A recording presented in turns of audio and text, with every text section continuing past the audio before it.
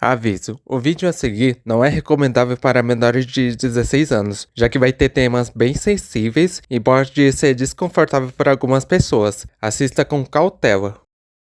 Personagens animalescos e que possuem suas próprias características. Personagens esses que são bacanas, possuem um design bem marcante para aquela obra, fazem brincadeiras e que conseguem te impactar de uma certa forma. Mas, para algumas pessoas, esses personagens são enxergados como brinquedos e usados para suas próprias fantasias bizarras.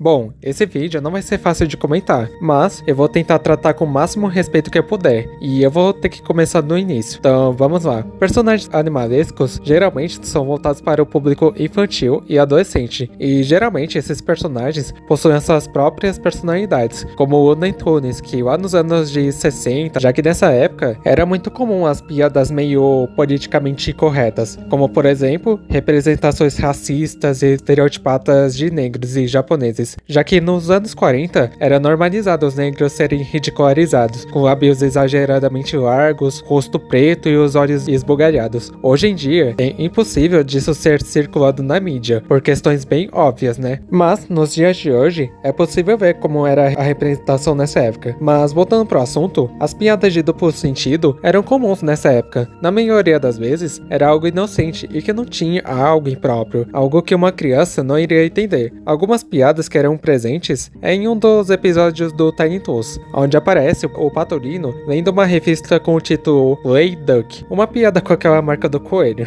Também tem a piada que o gênio solta depois que uma manada de elefantes faz um terremoto. Pensei que a Terra só fosse tremer na lua de mel. Acho que deu pra entender a piada. Tem também aquele momento no Shrek, onde o Lord Farquaad pede pro espelho mostrar a foto da Fiona pra ele, e de repente ele fica animado até demais. E também essas piadas eram presentes nos desenhos da Cartoon. Um que é bem conhecido é na cena do prefeito, no episódio Something M, com a senhorita Bell que, na verdade, era uma impostora, e que fica seduzindo ele pra cometer roubos. Ela fica atraindo o prefeito com o seu charme, e o prefeito acaba quebrando sem querer o lápis. E pra ajudar ele a apontar o lápis, essa cena acontece. Here, let me help you with that.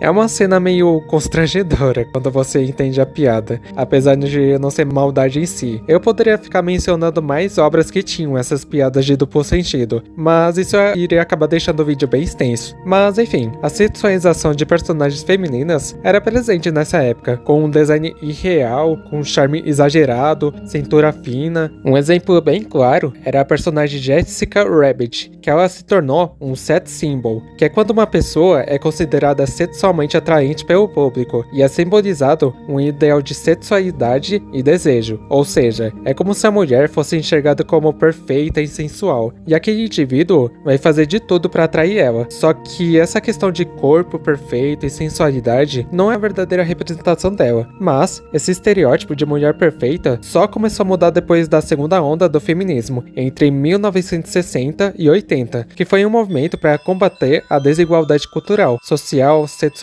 feminina e política das mulheres. E esse movimento teve um impacto em como as indústrias fossem interpretar as personagens femininas, já que ao invés das personagens femininas serem retratadas como sexualmente atraentes ou dócil, esperando o príncipe chegar, foi mudado para algo mais independente, demonstrando coragem e até heroínas, como o caso da Mulan, da Korra e a Elsa, já que graças a esse momento, as mulheres não eram mais representadas como domésticas ou altamente atraentes, e que dependiam do homem. Elas tinham a sua própria dependência. E esse tipo de personalidade inspira muita gente. Agora, falando sobre a sexualização dos personagens na atualidade, o maior problema que eu enxergo nisso é quando uma obra que é voltada para o público infantil e adolescente não só atrai esse público por conta da qualidade da arte e da história que é apresentada na obra, mas que acaba atraindo o público doente. Em outras palavras, quando esse público começa a distorcer a personalidade daquele personagem para criar algo completamente inapropriado. Assim como eu comentei no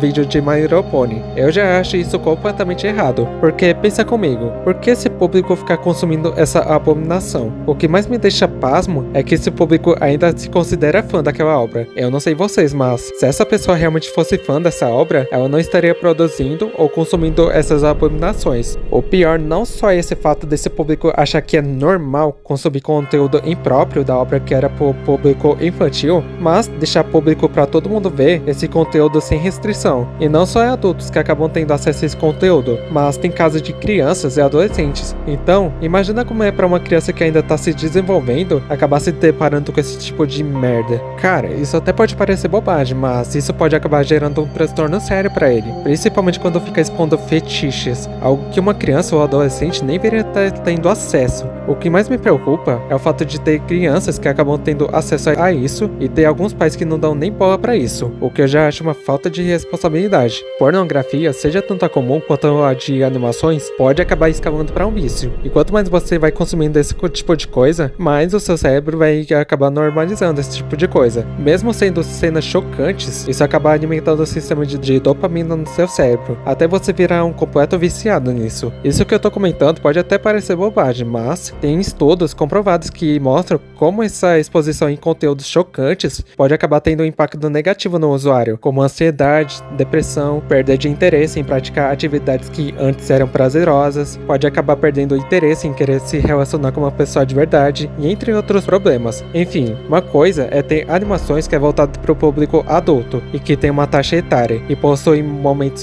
sutis e delicados, como Fritz the Cat, que era uma animação adulta com violência em momentos delicados, Reúva Boss, a animação que se passa no inferno e possui momentos meio adultos e muito palavrão desnecessário, por sinal, e entre outros. Agora, outra coisa é as animações onde é voltada para o público infantil, como Bully, My Little Pony. Aí esse público doente fica distorcendo a personalidade deles para os seus interesses próprios. E o caso do My Little Pony é cheio disso, principalmente na época que o povo criava animações com chips das protagonistas. Eu, infelizmente, já me deparei com algo assim na minha adolescência. Na época, eu não entendia o que eu tava vendo, achava que era normal, aí eu acabei descobrindo coisas bem chocantes e bem inapropriadas, que antes era liberado para todo mundo ver no YouTube. Mas, obviamente, essas coisas inapropriadas foram banidas do YouTube depois de um bom tempo. Então, eu quero deixar bem claro, se você gosta desse tipo de coisa e cria conteúdos para esse lado, então, ok, beleza, é um gosto seu, whatever. Mas, você precisa ter consciência de uma coisa, se você quer postar esse tipo de coisa, poste em um local correto e para um público certo, e não em um local público onde tem adolescentes ou até crianças, como o YouTube, pois as chances de você criar uma reputação negativa é bem alta. Então, entenda quem é o público que está consumindo seu conteúdo e, principalmente, tome muito cuidado com o tipo de interação que você for fazer ou com o tipo de coisa que você for apresentar. E, aliás, eu quero comentar sobre uma crítica que eu recebi um tempo atrás, que é mais precisamente sobre um vídeo que eu comentei sobre o lado negativo da comunidade de Pokémon, sobre essa questão de que uma pessoa pode fazer artes not safe for work de Pokémons ou tornar eles como furries.